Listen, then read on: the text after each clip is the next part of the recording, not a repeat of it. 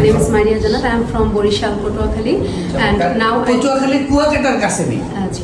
চমৎকার, আমরা যাবো কুয়াকাটা কাছে। ইনশাআল্লাহ। ওকে, জি বলেন। Now I live in Dhaka, Tezgaon, with my family, and I'm very interested to learn English and talk fluency. Okay, thank you. So- You guys are so smart.